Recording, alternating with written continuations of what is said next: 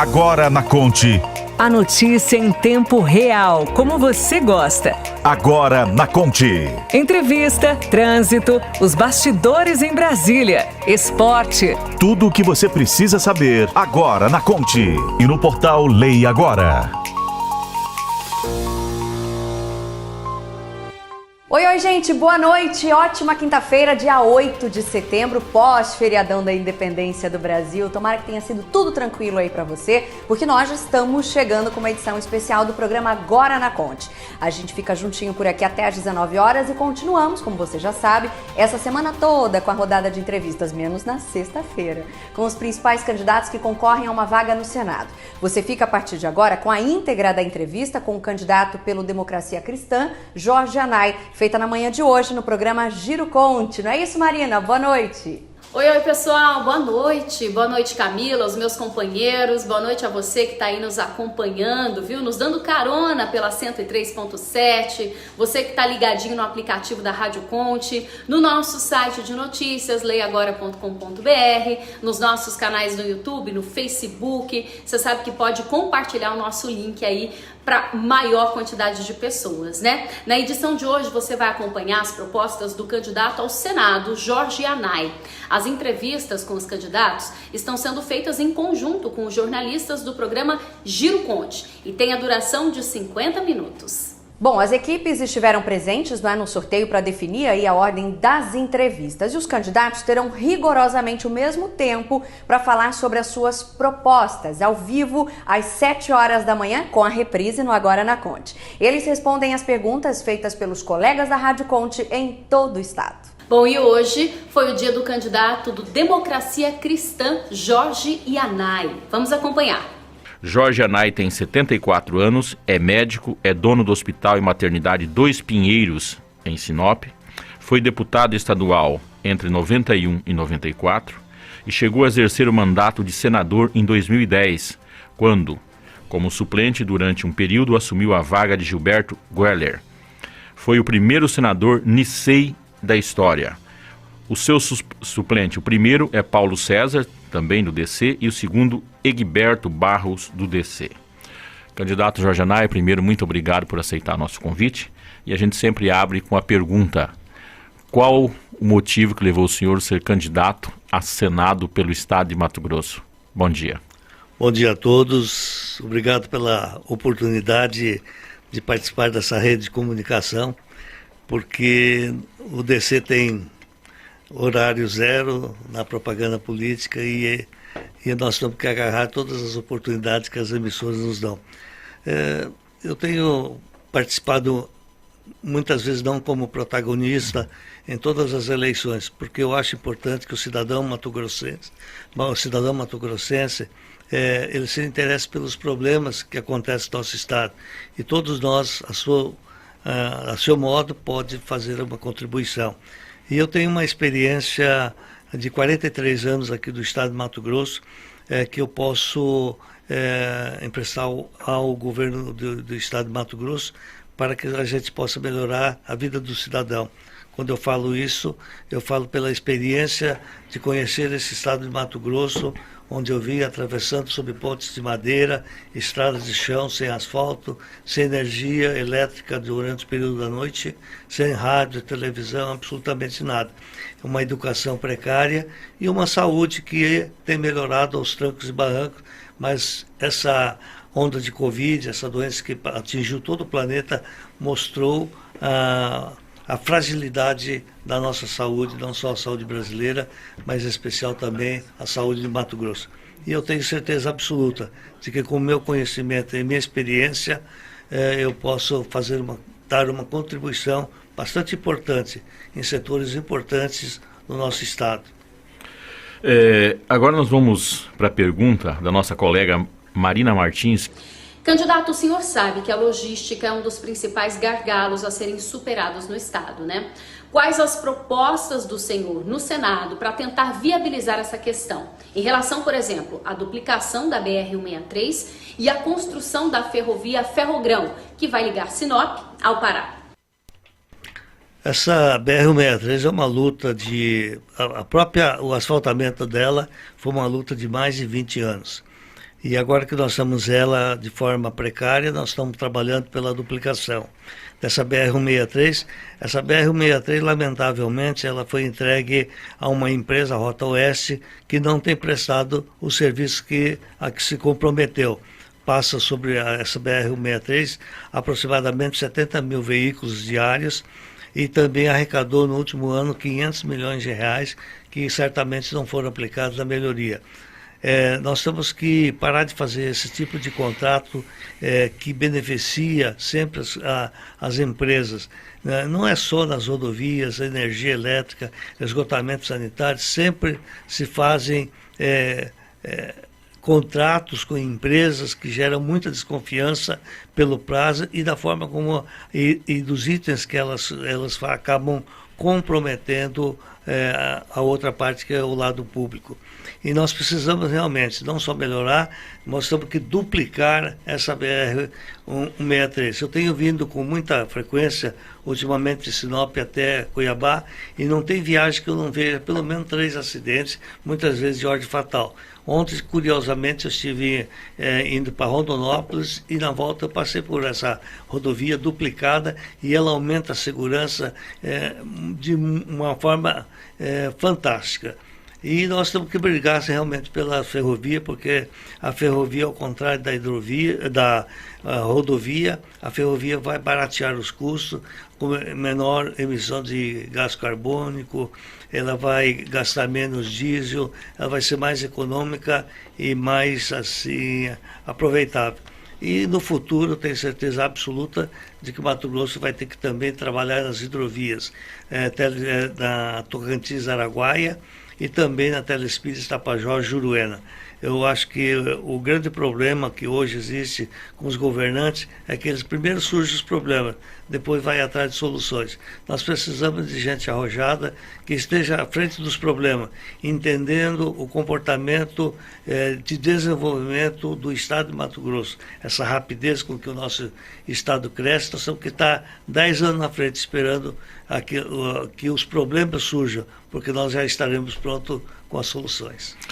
Agora nós vamos a Nova Brasilândia com o nosso colega Mariano Silva, da Rádio Conte Nova Brasilândia. Doutor Jorge Anay. Jorge Anay, eu vejo aqui que o senhor é médico, é proprietário de um hospital, já foi deputado estadual e senador da República.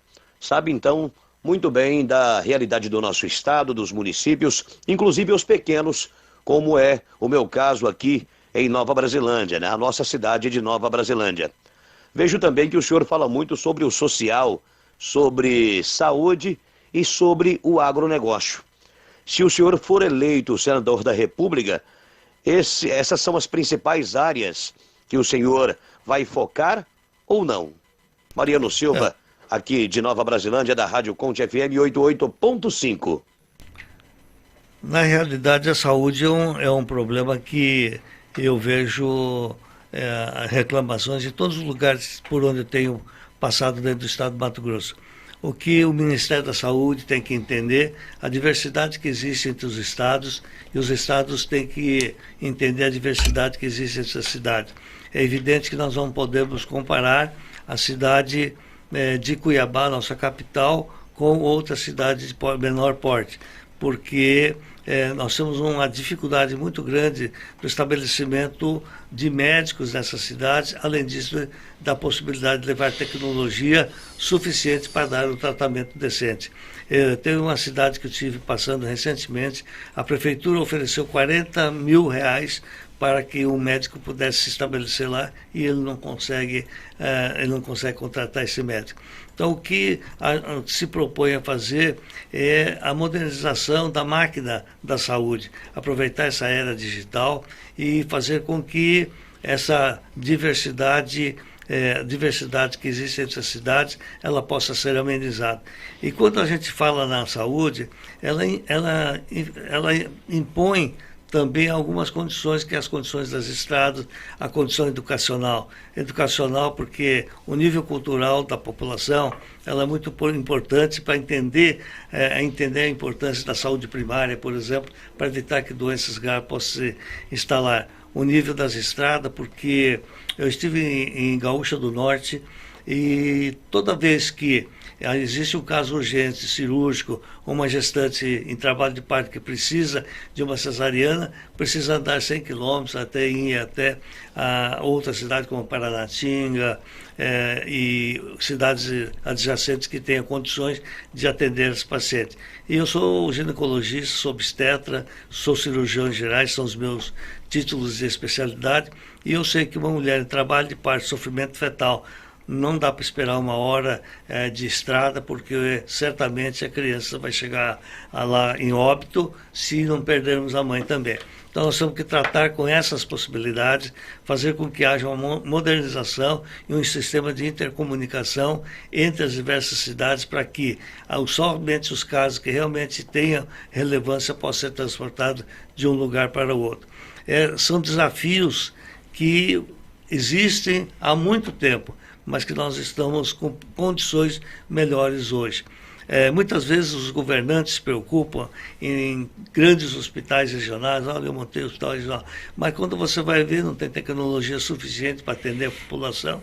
E eu sempre falo, construção não salva a vida de ninguém. É preciso que a mão de obra lá existente seja uma mão de obra capacitada para dar seguimento ao tratamento. E, acima de tudo, que falta hoje na medicina pública, não só de Mato Grosso, de todo o país, é uma medicina pública aquela que trata o paciente com respeito. É muito comum hoje uma mãe chegar com uma criança doente em unidade básica de saúde, ou numa unidade de pronto atendimento, ou mesmo no hospital regional, e ser maltratado. E isso aí é uma coisa que realmente revolta a população, porque ninguém tem culpa de estar doente, e quando está na pior época da sua vida é ter um tratamento que nós chamamos de um tratamento indecente.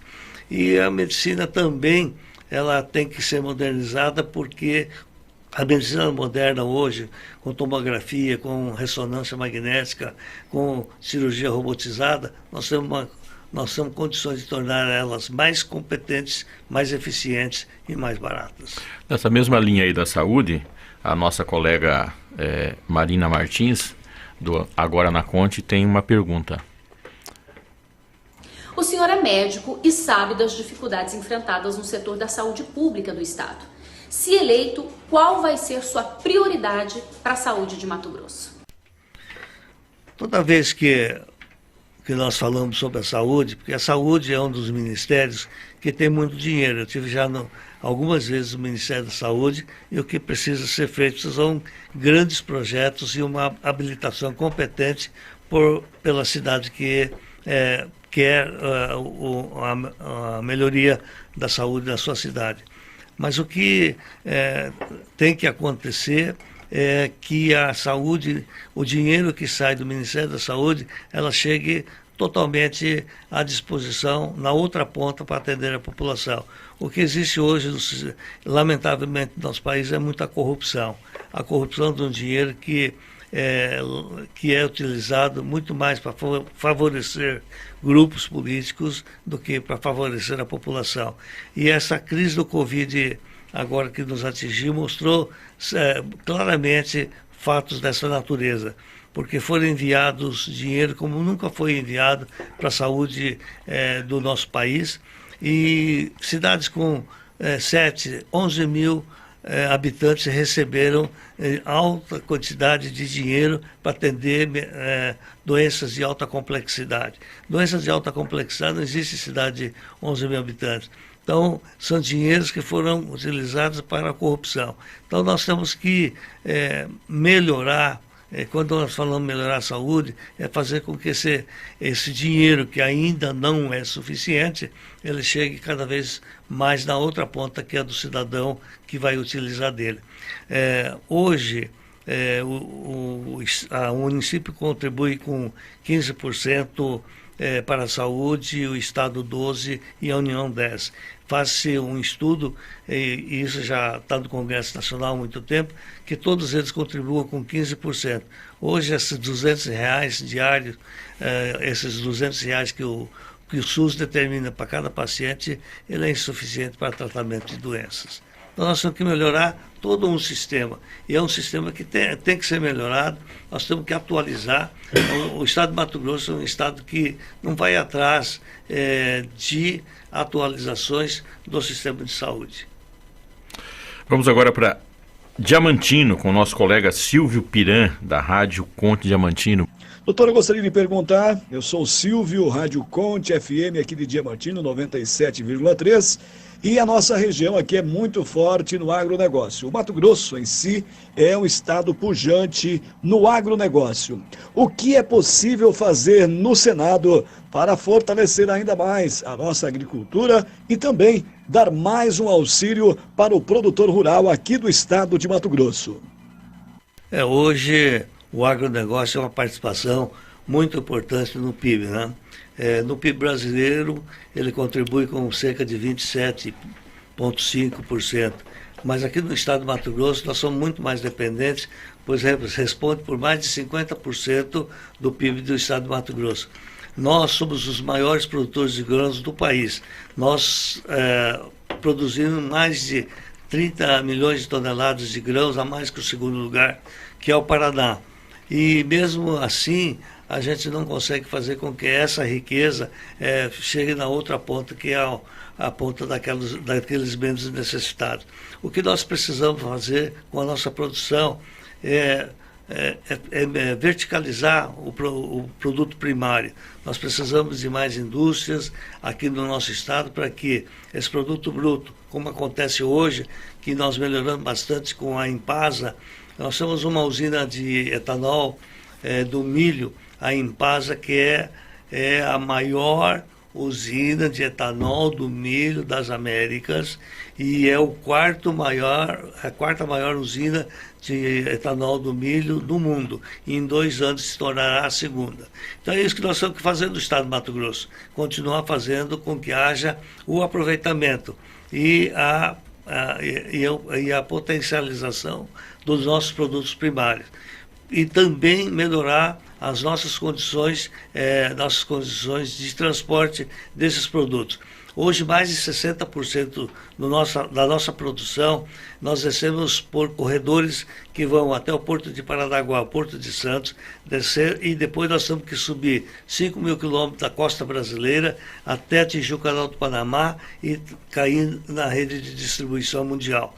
E o que nós temos que fazer é acelerar essa ferrogrão, para que a nossa produção possa ter uma competitividade maior e a gente possa ter uma rentabilidade maior que vai atender melhor o nosso produtor.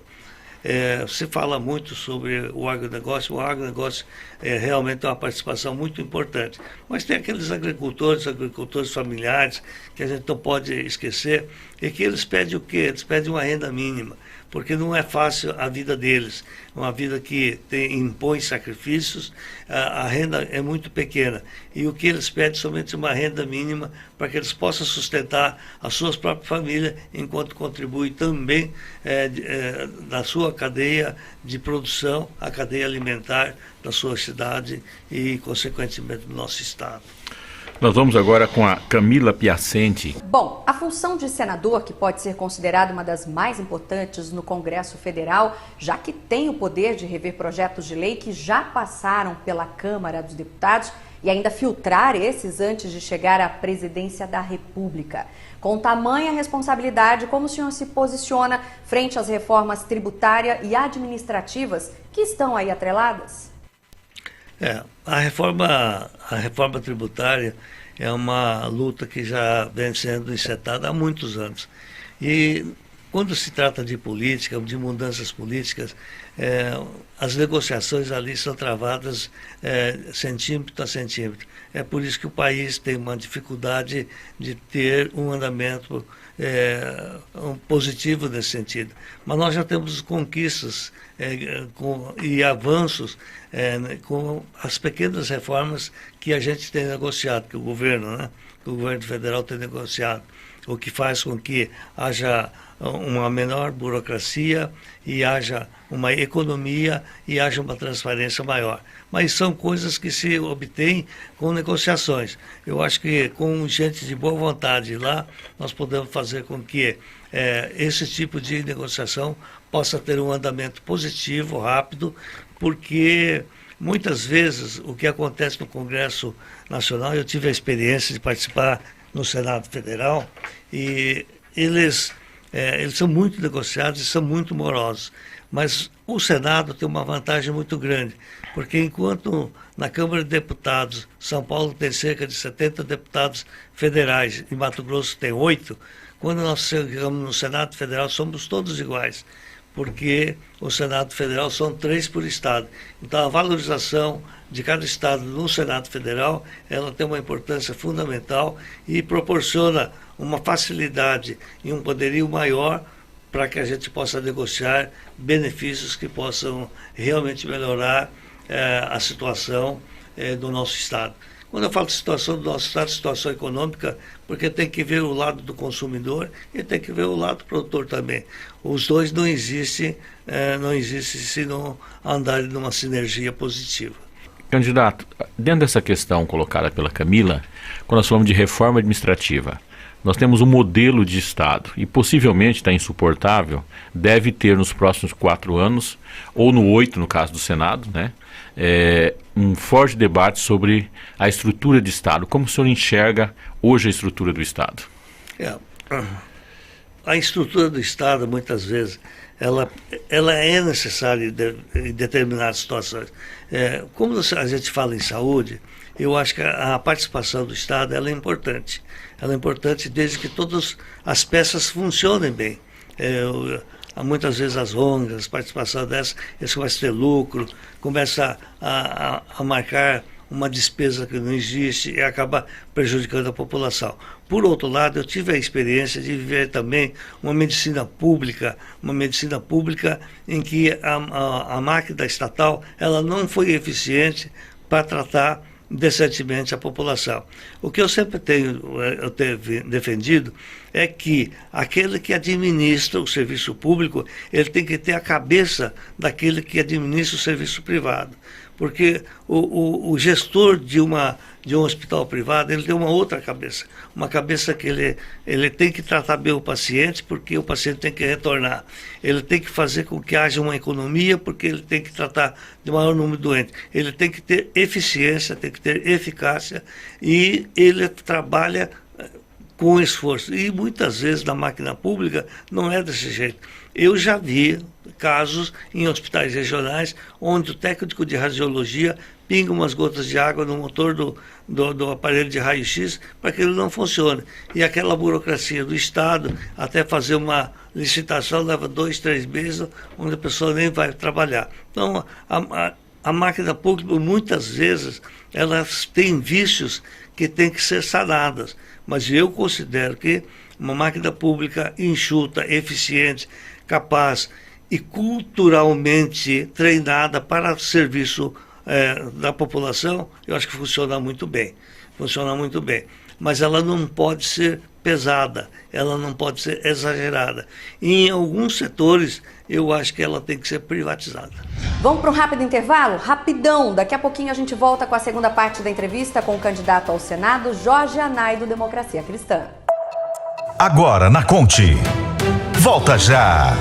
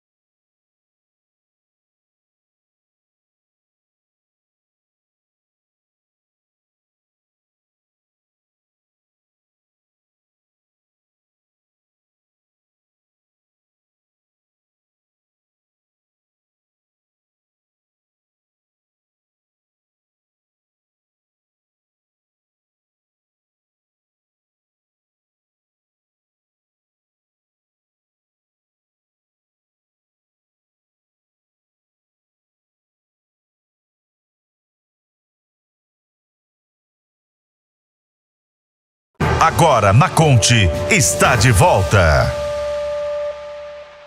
Estamos de volta com o Agora na Conte, edição especial, entrevista com os candidatos ao Senado por Mato Grosso.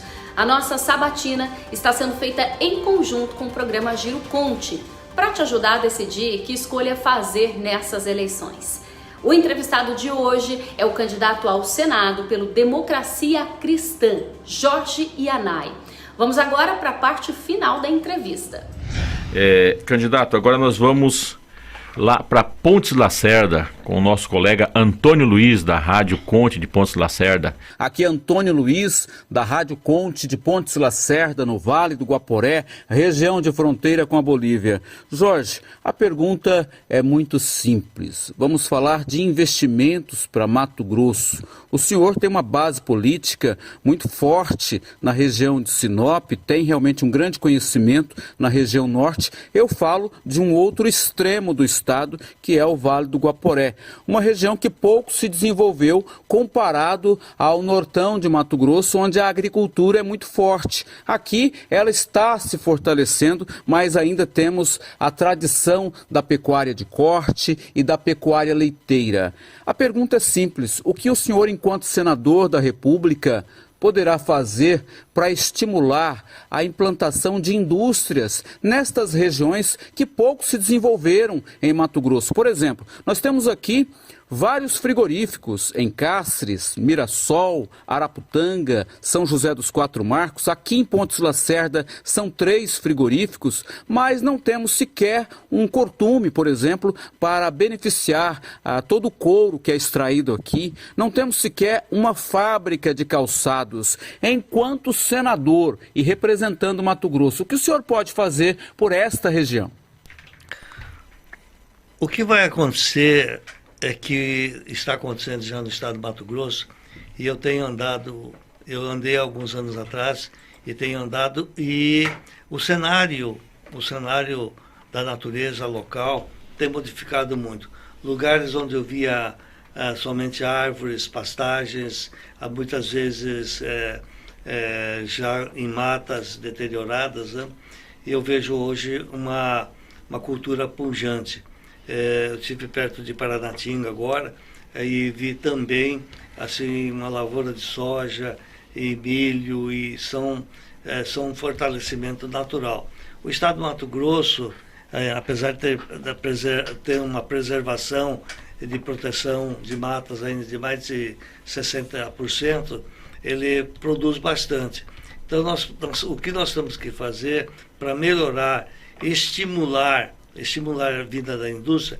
Primeiro, são os governantes, têm que trabalhar com os impostos, né? Facilitar a vida deles com os impostos, porque eu sou empresário também e nada atrai mais a gente do que um chamariz que é algumas vantagens que o empresário tem para instalar sua indústria. E a outra vai por um velho problema que tem que ser solucionado sempre, que é a infraestrutura. Eu já vi frigoríficos instalados em locais onde não tem asfalto. Então chega no período da chuva, é impossível transporte de carne naquele setor. Então, ali aqui na região norte do estado, perto de Alta Floresta, então são frigoríficos que acabam fechando. Então tudo isso passa pela infraestrutura boa. Nós temos que ter não só condições favoráveis de impostos a ser pagos, nós temos que ter uma infraestrutura de escoamento, que é o asfaltamento, e, sem dúvida alguma, a Ferrogrão, que vai melhorar demais a possibilidade da instalação de indústrias aqui no nosso estado de Mato Grosso. E é o que nós estamos precisando. Existem países, alguns países, que as indústrias são feitas de uma forma muito prática. Elas são colocadas já próximo ao mar. A indústria já produz e já coloca e embarca ela via hidrovia, que é a via mais barata de escoamento. Então nós temos que ter inteligência suficiente. Não é só trazer indústria, falar, vem indústria para o estado do Mato Grosso sem dar respaldo. Não, tudo tem que ser feito de forma organizada, de forma que o empresário venha aqui e não quebre. O empresário vem aqui, ele ajuda a melhorar o produto nosso, o produto primário, verticalizando e aumentando o preço, e trabalhar em outras frontes também, né? Hoje nós temos regiões de pastagem que não estão sendo utilizadas, que estão sendo transformadas em áreas produtivas de grãos, e nós temos que trabalhar de uma forma muito inteligente para que o progresso dessa área do agronegócio ela possa evoluir cada vez mais. Agora nós vamos ficar ali na região oeste, em Mirassol do Oeste, com o nosso colega Tadeu Benites, da Rádio Mirassol do Oeste, da Rádio Conde Mirassol do Oeste. Senhor Jorge, a eleição para o Senado, em razão de ser realizada juntamente com a de governador e presidente da República, acaba sendo um pouco ofuscada. A maioria do eleitorado não sabe com precisão a função exercida por um senador. O senhor, como já ocupou o cargo e atualmente é primeiro suplente, poderia explanar sobre a atuação de um senador? De Mirassol do Oeste, Tadeu Benites. Quando nós falamos em parlamentares e parlamento representativo do nosso país, quando nós falamos de deputados federais, eles são os representantes, na realidade, do povo de Mato Grosso. É por isso que são 8 e são 512 lá no Congresso Nacional. Quando nós falamos do Senado Federal, ele representa os estados, ele tem uma ligação com o estado. Por isso são 3 por cada estado. São funções que se somam, na verdade, né? Que se somam. Existem algumas funções específicas do Senado e que se sobrepõe sobre a atuação da Câmara, como é no caso de impeachment, essas coisas assim, que acabam saindo mais sobre o Senado. Mas o que acontece em relação a projetos de lei, elas passam pelas duas casas, né? Elas tanto podem nascer projetos de leis ou projetos de emenda constitucional, podem ser elaborados tanto pela Câmara de Deputados Federais como do Senado Federal, mas ela tem que ter a chancela das duas casas, e ela vai e volta, às vezes uma casa não concorda, modifica ela parcialmente, até que a lei possa ser do agrado de todo o parlamento, incluindo a Câmara de Deputados Federais e o Senado. Mas elas são diferentes, mas ao mesmo tempo são iguais e se adicionam um poder ao outro. O senhor já foi senador, né, de 2003 a 2008 e agora se candidata de novo. Chegando no parlamento ano que vem, o que o senador Jorge Yanai de 2023 tem de diferente desse de 2003?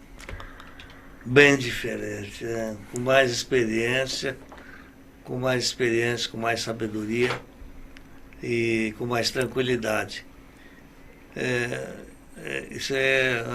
O pessoal costuma comparar a política com o futebol, e eu sou aquele que o jogador, já que não consegue correr muito, mas ele fica esperando, que sabe onde a bola vai passar. Então é mais ou menos nesse sentido.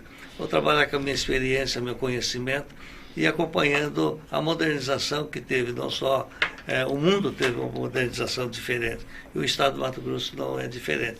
Eu tenho certeza absoluta de que se eu tivesse ocupado o Senado Federal 10 anos atrás, eu teria feito um grande trabalho também, porque eu sou muito estudioso. Quando ocupei a cadeira do senador Jonas Pinheiro, todas as sessões que eu ia, eu sabia a pauta do dia seguinte, eu estudava à noite, estudava no dia anterior, para que não fizesse o meu estado passar vergonha de ter um senador que não sabe o que está fazendo lá. Então eu acredito que posso fazer um grande trabalho sim. E o interessante é que quando a gente vai numa casa dessa, a gente vai com a impressão de que os outros sabem mais que a gente. Mas não, nós temos que ter a consciência de que nós estamos representando um dos estados mais ricos, né? Um dos estados que mais produzem alimentos para o país, e é um país que alimenta o mundo. E o grande desafio para nós que vamos lá para o Congresso Nacional é fazer com que essa riqueza que hoje nós produzimos, ela possa se multiplicar e tornarmos também um dos 10 estados mais ricos da União. Porque hoje existe uma disparidade, nós produzimos, o agronegócio é forte, nós produzimos tudo, somos campeão disso, campeão daquilo, produzimos mais algodão, produzimos mais soja, ouro, diamante, temos o maior rebanho de gado do país, mas nós não estamos entre os 10 mais ricos. Então, é aquilo que passa a verticalização, na verticalização passa pela industrialização do nosso estado e aproveitar outros potenciais também. Nós temos aí o turismo que atrai o mundo inteiro, nós temos Inópolis, temos o Manso, nós temos o Pantanal e o turismo que o Mato Grosso hoje é campeão, que é o turismo de negócio. Então nós temos que aproveitar todas essas forças, essa sinergia positiva que existe, para que a gente possa tornar não só um estado que produz mais que os outros, mas um estado que realmente tenha riquezas e que essas riquezas possam ser devidamente distribuídas para a população. Eu sempre falo assim, o que nós não podemos ter é a disputa do poder pelo poder, mas a disputa do poder para poder ajudar a população. E eu acho que isso aí, neste momento, voltando à sua pergunta, eu acho que eu tenho muito mais experiência para fazer. Vivaldo já está em conexão. A minha questão para você, Jorge, é sobre a BR-163. Apesar de todo o potencial agropecuário, de toda a contribuição econômica que Mato Grosso dá para o país, nós vivemos com esse drama da questão da privatização e da não pavimentação, duplicação da BR-63 no trecho entre Cuiabá e até Rosário Oeste e de Poço Gil até Sinop. O governo federal não se interessou, não resolveu o problema, mesmo sabendo desde 2015 que a companhia Odebrecht, que é detentora da concessão, não teria condições de cumprir o contrato, como não cumpriu. Mesmo assim, os nossos 3 senadores, os nossos 8 deputados, com todas as nossas lideranças, não conseguimos comover o governo federal a fazer uma nova licitação e trocar a concessionária. A minha pergunta, então, é, caso o senhor seja eleito senador da República, o que vai fazer para acelerar uma nova concessão, uma nova licitação para trocar a concessionária e, finalmente, Mato Grosso ter o que merece, uma BR-163 duplicada de ponta a ponta e melhorando economicamente para Mato Grosso. O grande problema, Valdo, é que todas as vezes que esses contratos são feitos, eles são feitos de forma a beneficiar as empresas. Eles são tão bem amarrados, e eu não sei, alguém deve levar vantagem nisso daí, que é difícil desconstruir esse contrato. Nós temos o exemplo das águas de Sinop, lá na minha cidade, que durante 20, 25 anos nós não podemos fazer nada, porque esse contrato está amarrado a situações que a reversão seria praticamente danosa, seria muito danosa aos cofres do nosso município. Mas o que nós temos que fazer é que esses contratos sejam mais transparentes possíveis e que também tenham dentro do próprio contrato, e qualquer contrato, seja de qualquer natureza, pode-se estabelecer critérios que facilitem a eliminação daquela empresa que não cumpriu aquilo que foi tratado. Isso é muito comum acontecer nos asfaltos das cidades. Às vezes as pessoas colocam uma licitação de um determinado trecho da cidade para ser asfaltada. E as empresas colocam um preço que eles sabem que não vão poder cumprir, mas só para ganhar a licitação. Quando ganha a licitação, eles vão à prefeitura e querem um aditivo. Se a prefeitura não dá um aditivo, para-se a obra. É isso que tem acontecido ao longo desses anos todos. O grande problema que a nossa BR-163 tem, e você citou também a Ferrogrão, a Ferrogrão, outro dia eu vi na Jovem Pan alguém dizendo que não poderia ser feita a ferrovia porque não sabia o que fazer com a terra, terra que tiraria do local onde seria implantada a ferrovia e que também causaria dano ao meio ambiente. Mas completamente desinformado. A ferrovia gasta menos espaço, causa menos dano ao meio ambiente e depois de construída, ela tem uma manutenção mais barata, ela é mais econômica e ela tem vantagens muito grandes. E se vier hidrovias também junto, então nós teremos um quadro completo de prosperidade. O que acontece muitas vezes hoje, eu sinto que deve existir em todos os setores, é a vantagem de quem assina um contrato dessa natureza, porque ele não pensa no mal que pode causar ao Estado ou aquela região. Assina um contrato onde leva provavelmente vantagens econômicas e são contratos que depois não conseguimos desmanchar. É por isso que quando nós estamos em campanha, andando pelas cidades, eu sempre digo que, acima de tudo, um candidato ele tem que ser honesto, ele tem que ser ficha limpa, e é o que nós temos preconizado durante as nossas andanças. Estamos entrevistando o candidato ao Senado pelo DC, Jorge Yanai. Onofre Ribeiro.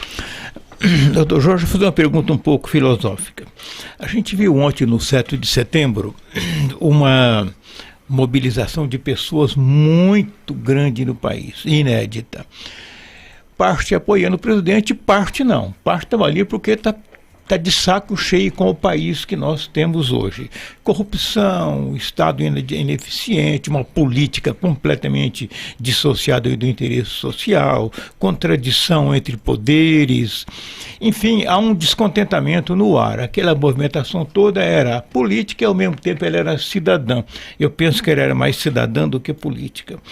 Aí, nas suas andanças, eu quero supor que essa pressão vai chegar daqui para frente no Congresso novo e no próximo governo.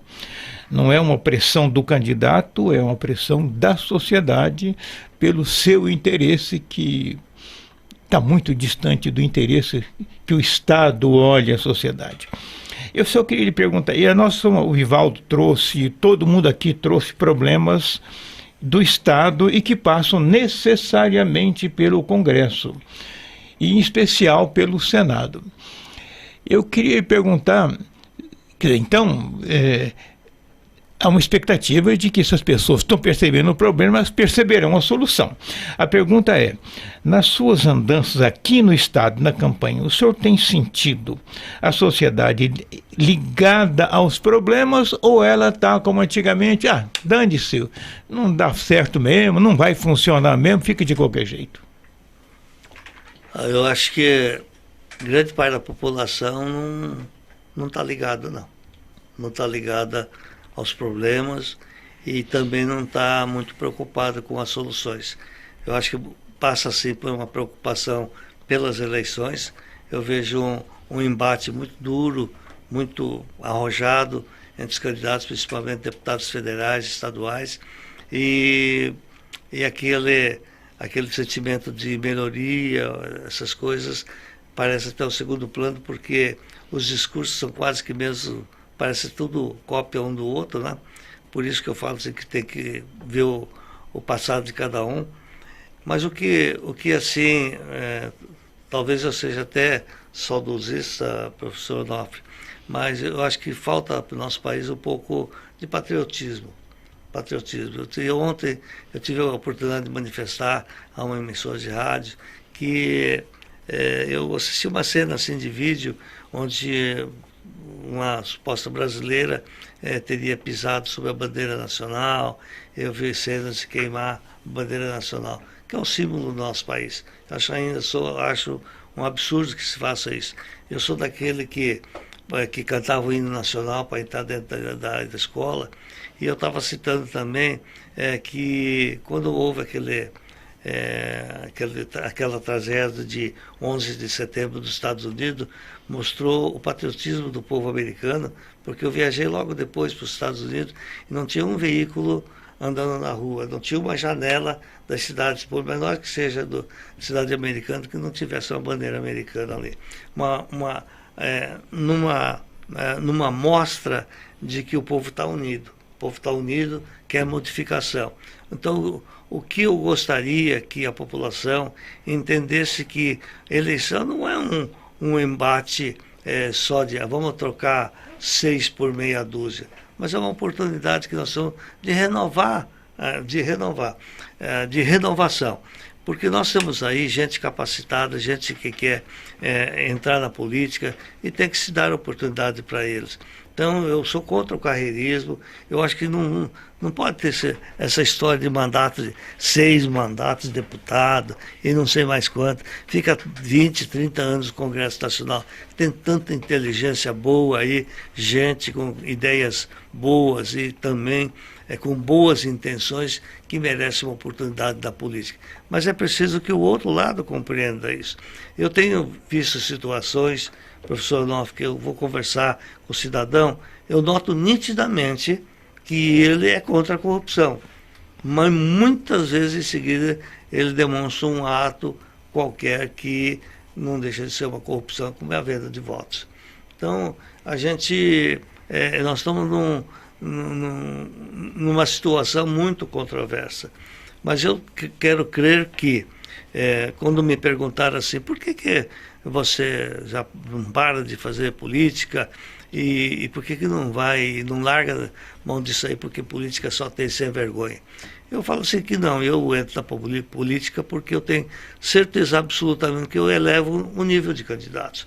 A gente tem que trabalhar para elevar o nível. Nós temos que estimular. Eu sou uma pessoa que eu fico andando na sociedade procurando jovens que possam ter ideais, que possam ajudar o nosso estado, o nosso país. Nós temos que mudar, nós temos que isso se começa desde pequeno, né? Então, a nossa situação que hoje nas eleições, eu acho que existe alguma mudança, assim, no sentido de que hoje eu vejo um povo muito preocupado de uma forma generalizada contra a corrupção. E o outro são os valores familiares. Eu vejo assim um povo que ainda tem um povo ainda conservador, aquele que luta pela democracia, é cristão e leva muito em conta os valores familiares, né? Essas mudanças que vêm acontecendo no mundo são coisas que ainda eles veem com um certo receio. Então, mudou pouco, mas eu creio que o avanço não é só a mente da cabeça, mas o avanço da humanidade, os novos pensamentos, o aumento do número populacional, a necessidade que existe hoje da alimentação, da educação, da segurança de toda essa população mundial, ela faz automaticamente que se procure realmente outros valores para que possa equilibrar a situação difícil que é a vida do cidadão brasileiro. A gente queria agradecer muito a presença do senhor e tem aí 2 minutos, fique à vontade para pedir seu voto e falar com o eleitor mato-grossense. Eu gostaria que o eleitor, primeiro, agradecer a todos vocês pela oportunidade que a Conte me dá de penetrar na casa do cidadão mato-grossense de uma forma assim muito grande, né? Porque eu venho de um partido que não tem horário político, eu não consigo nem aparecer para deixar o meu número lá. Mas eu quero aproveitar essa oportunidade de agradecer a todos vocês pela oportunidade de eu poder expor as minhas ideias, daquilo que eu penso sobre a evolução do estado de Mato Grosso. E dizer que o cidadão mato-grossense, o cidadão brasileiro em conjunto, ele tem a grande oportunidade de fazer uma renovação, uma limpeza no nosso parlamento e no nosso parlamento brasileiro, e de forma especial no estado de Mato Grosso. Hoje, a modernidade permite com que a gente veja o passado de cada candidato. É muito simples, vai lá no Google, dá uma olhadinha. Porque eu não acredito que alguém que tenha mais de 20, 30 processos na justiça pode ser um santo. Tem tanta gente boa aí que é ficha limpa e que pode fazer pode fazer a diferença no tratamento dos interesses do nosso Estado. Eu sempre digo que um empresário, quando vai contratar um gerente para cuidar da sua empresa, a primeira coisa que ele faz na ficha para ver se ele é ficha limpa. Por mais competente que seja esse gerente, se ele for um gerente desonesto, eu tenho certeza que o empresário não quer. Eu sempre digo que uma dona de casa vai contratar uma secretária para cuidar de casa. Pode ser a melhor passadora de roupa, a melhor cozinheira que tem na região. Mas se ela tem o hábito de levar talheres para casa, levar travesseiro, levar roupas para casa, eu tenho certeza que a dona de casa não vai querer essa pessoa para cuidar de casa. E nós estamos dando a chave do nosso país, a chave do nosso Estado. Então nós temos que procurar melhorar a situação do nosso Estado. Esse dinheiro desviado é um dinheiro desviado da educação dos nossos filhos, da educação dos nossos netos. Esse dinheiro desviado, e se desvia muito, como houve esse desvio no Covid, nós estamos tirando a saúde das nossas crianças e nós estamos deixando de salvar vidas, porque pessoas desonestas são levadas a ocupar cargos importantes da política brasileira. E é por isso que eu estou, para finalizar, pedir o voto do povo matogrossense para o Senado Federal, Jorge Yanai, 270, sou ficha limpa, sou médico, o único médico de todos os candidatos ao Senado Federal, e hoje a saúde talvez seja o ponto mais crucial de todas as dificuldades pela qual passamos. Muito obrigado a todos vocês, muito obrigado ao povo de Mato Grosso. Dia 2 de outubro, Senado Federal, Jorge Yanai, 270. E antes de encerrar o programa, vamos conferir algumas notícias que foram destaque hoje. Olá, boa noite a todos. O destaque hoje de Brasília é sobre o não comparecimento do presidente Jair Bolsonaro na sessão solene do Congresso que serviu para comemorar o bicentenário da independência do Brasil hoje. A participação estava prevista então na agenda do presidente, mas nos 45 minutos do segundo tempo foi confirmado aí o cancelamento. No mesmo horário, Bolsonaro estava no Palácio da Alvorada e pousou para fotos com apoiadores. O encontro, inclusive, com apoiadores foi transmitido pelas redes sociais do presidente. Se de um lado Bolsonaro não estava presente na sessão solene, outras autoridades estavam, como no caso o presidente da Câmara, Arthur Lira, o presidente do Senado, Rodrigo Pacheco, e também o presidente do STF, Luiz Fux. Lembrando que eles não participaram ontem, do ato de 7 de setembro na Esplanada dos Ministérios, ou a manifestação que ocorreu ontem na área central de Brasília. Então, de Brasília, Ângelo Cruz, para Agora na Conte. A Prefeitura de Cuiabá está realizando o mutirão da conciliação fiscal de 2022, no qual o cidadão pode negociar seus débitos em atraso com o município de forma online. Os descontos podem chegar até 95% nos juros e multas moratórias, e o débito pode ser dividido em até 48 parcelas. O prazo para a negociação vai até o próximo dia 30 de novembro. Ficou interessado? A Procuradora-Geral do município explica como funciona. Olha, as pessoas têm que comparecer presencial na Prefeitura de Cuiabá, aqui na Procuradoria-Geral do município, na Avenida Getúlio Vargas, em frente ao INSS, ou através do site da Prefeitura, no refis.com.br. Olha, se o contribuinte não lembrar o número da inscrição ou não tiver nenhum documento que fale que deve o município, ele pode vir com o CPF dele. Só com o CPF dá para verificar os débitos existentes da pessoa. Tem desconto de 95% nos juros e na multa no pagamento à vista. Se a pessoa parcelar em 12 vezes, são 60% de desconto.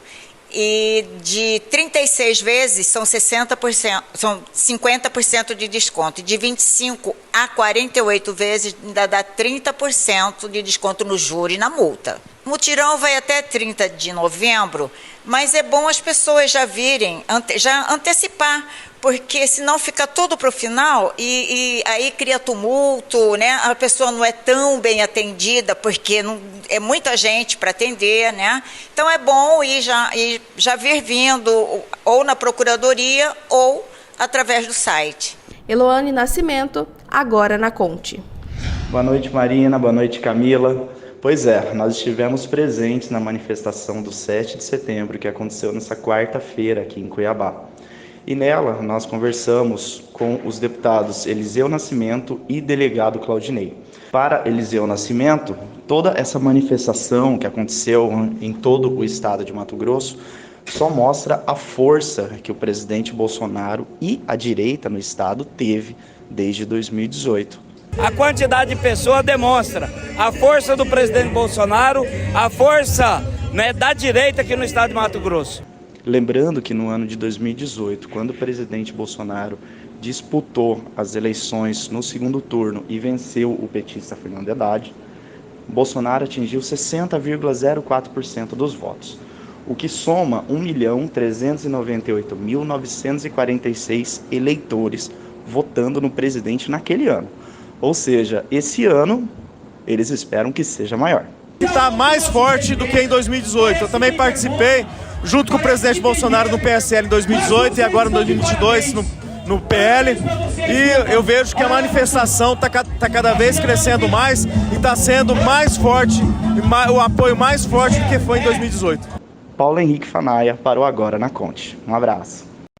Foi isso, gente. O Agora na Conte, edição especial pós-feriadão, fica por aqui. Você também pode rever os trechos das entrevistas acessando leiagora.com.br e também participar com a gente, enviando perguntas para o WhatsApp no 98144-1037. Uma ótima noite e até amanhã. Olha aí, nessa sexta, o Agora na Conte é ao vivo. Retomamos a nossa rodada de entrevistas com os candidatos ao Senado na próxima segunda. Pelo sorteio, o entrevistado será o candidato pelo PP, Neri Geller. Obrigada pela sua companhia, uma excelente noite para você e até amanhã. Você ouviu Agora na Conte. A notícia em tempo real, como você gosta. Agora na Conte, volta amanhã na Rádio Conte e no portal Lei Agora.